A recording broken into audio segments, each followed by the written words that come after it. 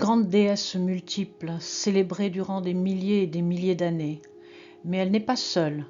Trois figures du premier Dieu de l'humanité émergent au fil du temps. Je vous propose d'aller à leur rencontre.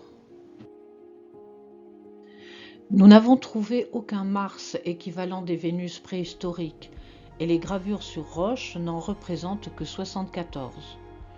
Nous connaissons des corps d'hommes avec des têtes animales qui ne sont pas sans évoquer les pratiques chamaniques, l'animisme, et nous avons trouvé des phallus. Moins présents que les féminins, ils continuent d'être représentés durant le néolithique. Le premier masculin représenté n'est pas agressif, il est désirant. Le couple Deluc, spécialiste de la préhistoire, nous explique qu'ils sont nombreux dans l'art mobilier du Paléolithique, mais que lorsqu'ils sont figurés, ils occupent des positions remarquables, soit en association avec des images vulvaires, soit dans des panneaux animaliers. C'est dire que la querelle et la bataille n'occupent pas la première place dans la pensée des humains de ce temps-là. Ils semblent avoir préféré l'amour et la chasse.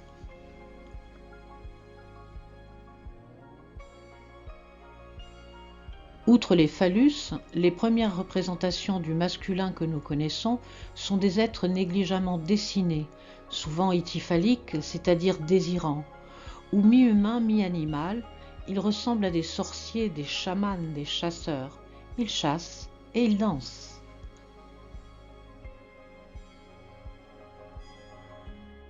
Ces sorciers dansants, nous en avons plusieurs exemples. Ce ne peut donc pas être un hasard. Ils sont généralement porteurs de cornes, de sabots et de poils.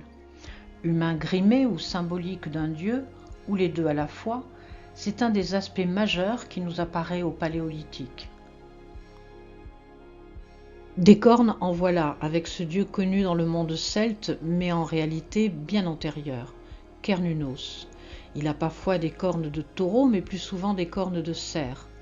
Phallus dressé sur la tête, l'animal est connu pour sa réponse cyclique au monde et sa seigneurie de la forêt. La profondeur de sa présence dans la psyché humaine, son archétype en quelque sorte, est si vivace qu'il ressurgit encore aujourd'hui sous la forme de ce que nous appelons l'homme vert, habitant les montagnes et les forêts, une sorte de dieu Pan, régulateur du temps, seigneur des animaux.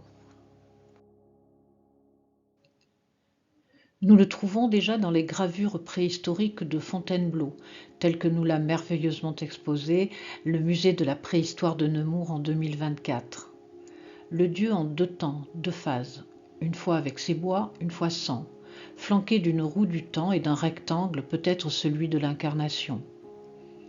Dieu du temps et des cycles devant laisser sa place au nouveau jaillissant. Ici encore, ces croyances, issues de l'observation de la nature et des saisons, se retrouvent dans des croyances ultérieures, à Sumer où le roi épousant la déesse changeait régulièrement par exemple, ou chez les Celtes plus récents célébrant la passation de pouvoir entre le roi Ou et le roi Chêne au changement de saison. Il est celui qui discerne, permet de discerner et de mesurer. Notons que Cernunnos n'a pas d'armes, il n'invite pas à la guerre. Le temps passe, les temps changent. Nous commençons à cultiver et maîtriser l'art de l'argile. Au néolithique s'observent d'autres représentations du masculin. Certains sont musiciens, danseurs, acteurs, sur les scénettes jouées par des figurines trouvées par milliers dans des temples. Elles sont majoritairement féminines, mais l'homme y tient sa place. Héritier des chamans, ces êtres semblent s'unir à une danse cosmique. Et nous constatons toujours la présence d'un dieu à double face, un dieu du temps, représenté comme l'a décrit Mareja Giboutas, par un dieu ityphalique jeune et un autre vieux et triste. Celui-ci semble s'acheminer vers la mort et donc laisser sa place pour du renouveau. Seigneur des animaux, gardien de la forêt, ce dieu est un dieu qui grandit, puis meurt, laisse sa place. Il est le masculin qui discerne, il est celui qui coupe, là où le féminin rassemble, le masculin sépare ce qui doit se manifester. Le voilà avec sa faucille d'agriculteur, le voilà encore sous les traits d'Ésus qui fend l'arbre de vie afin que les dryades peut-être jaillissent et la vie de se déployer. Il est le père qui coupe le cordon ombilical lorsque l'enfant doit se détacher du ventre de sa mère. Il n'est pas question de déchirer et d'abattre, de détruire. Il est question de mettre en place ce qui va permettre à la vie de se manifester.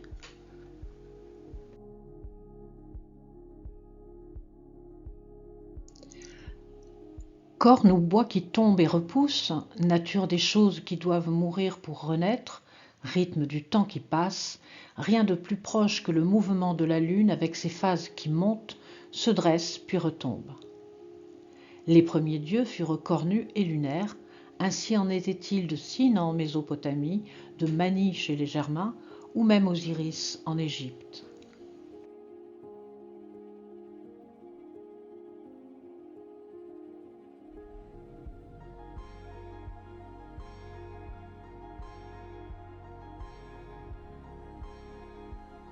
Dieu lune cornue, nous le retrouvons dans le ciel de nuit. Nous avons occulté les travaux de Marie Koning, qui explora de nombreuses grottes pariétales où se trouvent des taureaux, rapprochant les cordes de l'animal à la course lunaire dans le ciel. C'est en regardant la suite et les aventures de ce taureau céleste durant toute l'Antiquité que nous pouvons porter intérêt à sa thèse. Les mythes n'émergent pas de rien, ils ne disparaissent pas, ils se modifient au fil de nos systèmes de valeurs. Le taureau céleste, lunaire, vénéré comme un dieu pendant des millénaires est une réalité, alors pourquoi pas déjà dans les cavernes? Le dieu Apis en Égypte fut vénéré vraiment très longtemps. Il est peint sur des parois préhistoriques et des temples sont dédiés à sa célébration jusqu'à la fin du polythéisme. Taureau que l'on retrouve partout, de la Grèce jusqu'à Rome. Il sert de monture, d'attribut, de richesse, même jusqu'en Irlande, lorsque la reine Meb ne supporte pas l'injustice de ne pas avoir de taureau quand son époux en possède un. Le moins que l'on puisse dire, c'est que ce masculin n'est pas dédié à la guerre et à la violence. Il n'y a pas de héros combattant, mais un masculin complice d'une déesse omniprésente. Il est celui avec qui elle advient. Les couples représentés durant le néolithique ne montrent pas de préséance, ils sont plutôt tendres et complices. Le premier dieu est un dieu de l'action au service de l'avènement de la vie. C'est la raison pour laquelle je termine sur cette merveilleuse image d'une sculpture représentant non pas un chef de guerre paré de toutes ses armes, mais un père portant tendrement l'enfant dans ses bras.